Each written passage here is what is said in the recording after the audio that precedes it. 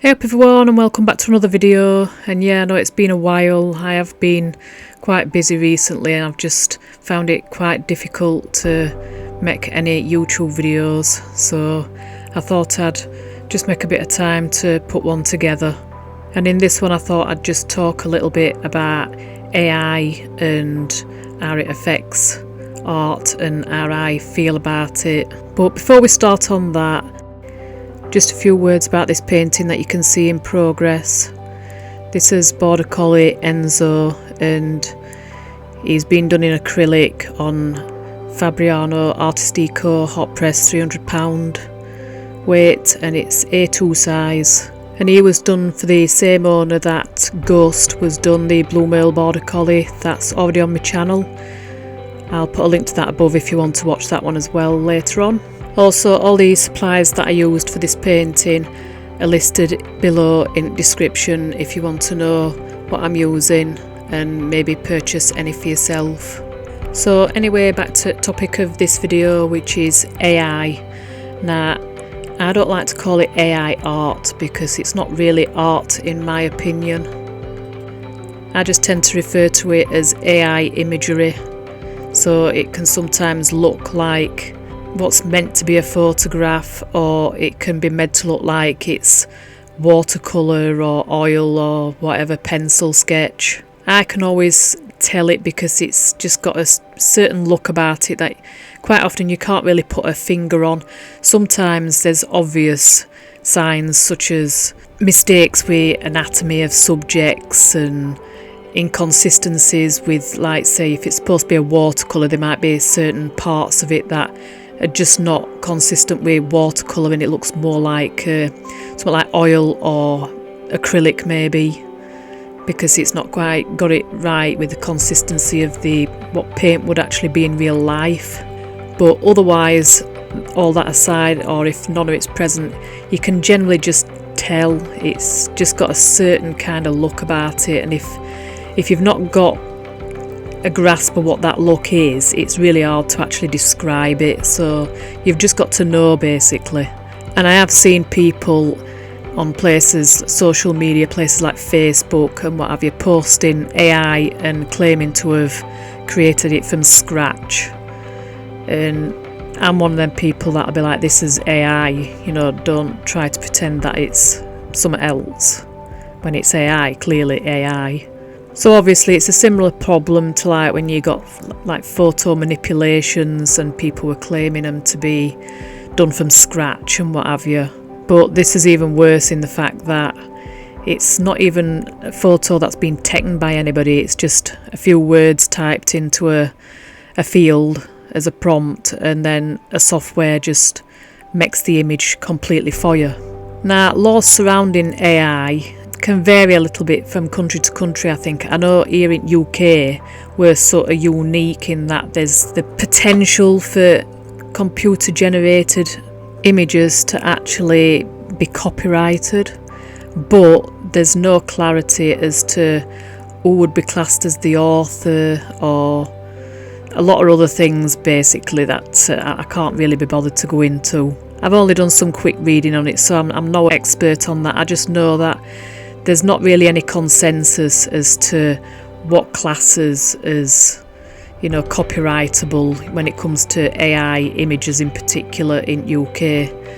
So it's all up in air, and I think the government are looking to see how things just develop before they make any more decisions on it, and there's still a lot of disagreement about how we should move forward with that.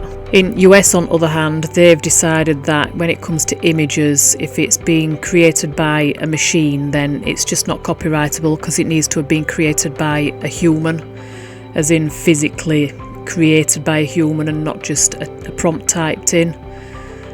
So ideas are not really copyrightable. It's not until you actually create a tangible or some audio form of that idea that it becomes copyrightable. But if it's not you that's created it, then it's not, in my opinion, really sort of your work. It's like you telling an artist, paint me a such and such, such and such, such and such, and then leaving the artist to do the work.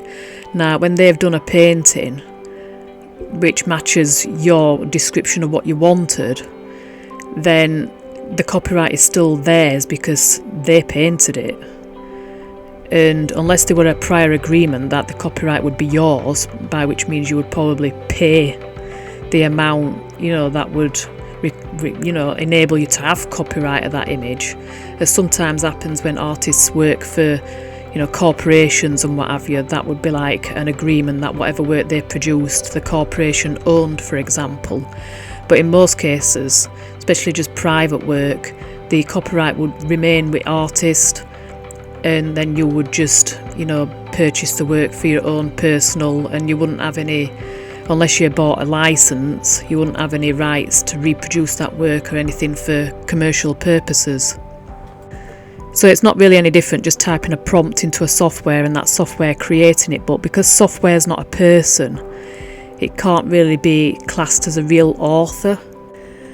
So I know in the USA they have stated that if it's an image, then it's not copyrightable if it's AI. However, you've got a lot of sort of in between, muddy waters, as in what if somebody's taken a photo and then they've used AI to alter that photo, or if they create an AI image and then they put that AI image into Photoshop and then start to alter it and add their own personal touch to it.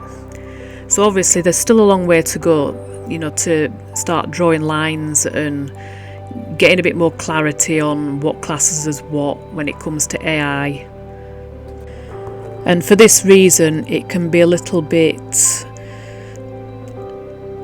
unstable, with regards to using AI for specific purposes, because you don't know whether you can, have exclusive rights over that image or whatever. And this might be a problem for companies that want exclusive rights over an image. Somebody else could just type a prompt, which describes that image into some software themselves, and that software could come up with a very, very similar, almost identical image, really. And because it's being created in the same way by an AI software, it's like, what could anybody really do about it? And because you can't control exactly what the software will put out, you can only sort of give it word prompts. You might not even be able to actually visualize exactly what it will put out, and when you ask it multiple times that same prompt, you might get totally different images. So it's not the same as you thinking of exactly how everything's going to look yourself, because that's just not how it can work. It can't read your mind, so to speak. It can't take the pictures out of your head. So two different people using two different softwares could still come up with a very similar, almost identical image just by typing in very similar prompt words. So yeah, it's going to take quite a bit to determine the legalities when it comes to AI imagery. So there's always going to be, until they manage to do that, it's going to be quite risky when it comes to using AI imagery. I've seen some artists using AI images off the internet as reference photos to do their own artwork from. And I guess some could see this as like a payback for basically the plagiarism that they perceive AI to commit on them when it's scraping the internet for all the artworks and images and then using other people's work to basically train on and how to produce new images using what it's learnt from other people's work, which is copyrighted to them. Obviously, for reasons I've already stated, it's not without its risk. You don't know whether it's been altered further in Photoshop, so it's now got a personal human touch to it, or what country it's being created in, or whatever, or whether the terms and conditions of the software determine that it's the developers of the software or whatever that actually hold the copyright. And there's also the added problem that sometimes AI doesn't get everything correct. It can get anatomy wrong. Everyone's seen AI hands and sometimes faces as well. So yeah, you've got to make sure that you know your subject anyway, and make sure that the AI didn't get anything wrong on it. So lastly, my thoughts on whether AI would basically get rid of real art, and I don't think it will, to be honest. because AI doesn't really have the human touch, and you can see that in it. It's just not got the human emotion in it. And when it comes to art, it's not all about the end result either. It's about the actual process, and there's no real enjoyable process involved when it comes to just creating AI. And I think sometimes when people look at images, it's like me, when I look at artwork or photographs, even if it's like Mother Nature that created it or a human created it, that's what makes it impressive to me, to know about all the hard work, or if it were Mother Nature, millions of years of evolution. But when it comes to things humans create, it's all the blood, sweat and tears that have gone into getting as good as that, and the technical skill and talent and what have you. And that's what makes the image impressive. When you know that all it took was just typing a few words into a prompt and then some software concocts it, it just takes away that specialness. It's just not, no matter how pretty it is, it's just not special anymore, because you know that it didn't really take any effort to create. So yeah, I think there's always going to be a place for real art done by real people. I mean, AI might have its place, but I don't think it's going to completely replace real art, because at the end of the day, an artist or somebody who's absolutely no good at art can both just as easily produce AI images.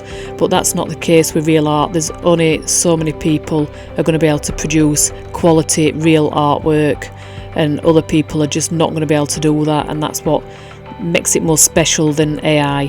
So let me know what you think about it in comments section, and thanks for watching, and I'll see you in my next video.